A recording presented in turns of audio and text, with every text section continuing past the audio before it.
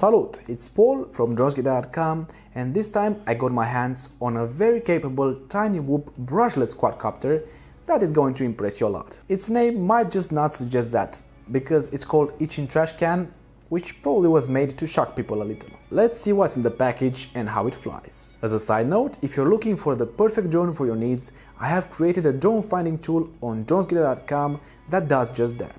You need to click the link down in the description or the one on the corner right now, and you can filter between hundreds of drones I personally handpicked and reviewed. You can filter them by price and many other criteria like GPS, flight range, battery life, and even by type. Then sort them by price or the note I gave to each. If you're undecided, you can add each of them to compare, then click the icon on the right for comparing and see how they differ. You can also click their thumbnails to go on their respective reviews, see how the price has changed in time, and much more. Now back to our tiny drone that comes in this quite durable case, which is the thing I love about it. This is the quad itself, we'll get back to it in a moment. It has a bag of accessories including 4 spare propellers, an XT30 connector, a hex key and a screwdriver. When it comes to battery, there's 4 in total, as the drone uses 2 at the same time. There are 300 mAh, 3.8 volts, 1S, and they are both connected in series. This is the tiny USB charger, but I would recommend getting a multi-charger like this one that came with the Snapper 7, which reminds me that these two are pretty similar in shape and size, only that the Snapper has an aluminium frame. It also comes with a manual sheet that shows you precisely how to bind and set up the drone yourself. 803 15,000 kV brushless motors, which make it quite a powerful beast. The frame is quite solid, also because it has reinforcements between the props.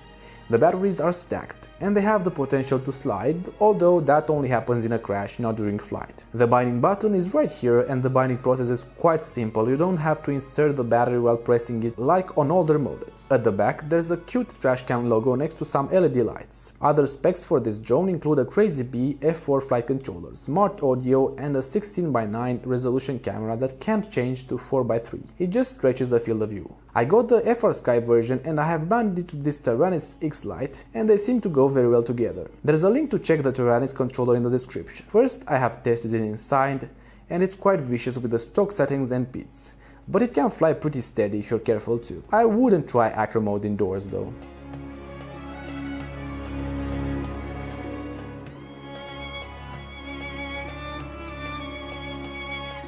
However, if you take this little beast outside, things change for the better. It feels like it has the punch of a 2-inch quad, yet it's small enough to fly between tight gaps. The total battery life is somewhere around 3 minutes, depending on how you fly.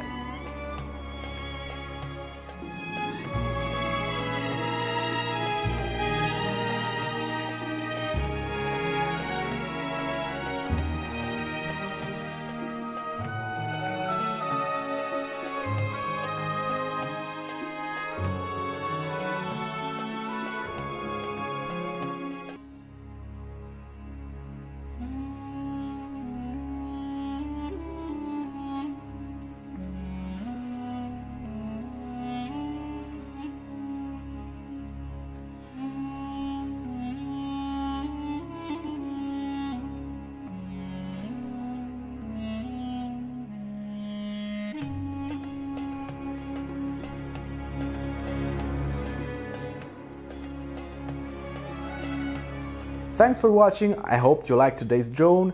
Also, don't forget to subscribe and hit the bell notification icon if you want to see more reviews like this, and leave a comment down below and check the price in the description. See you later, alligator!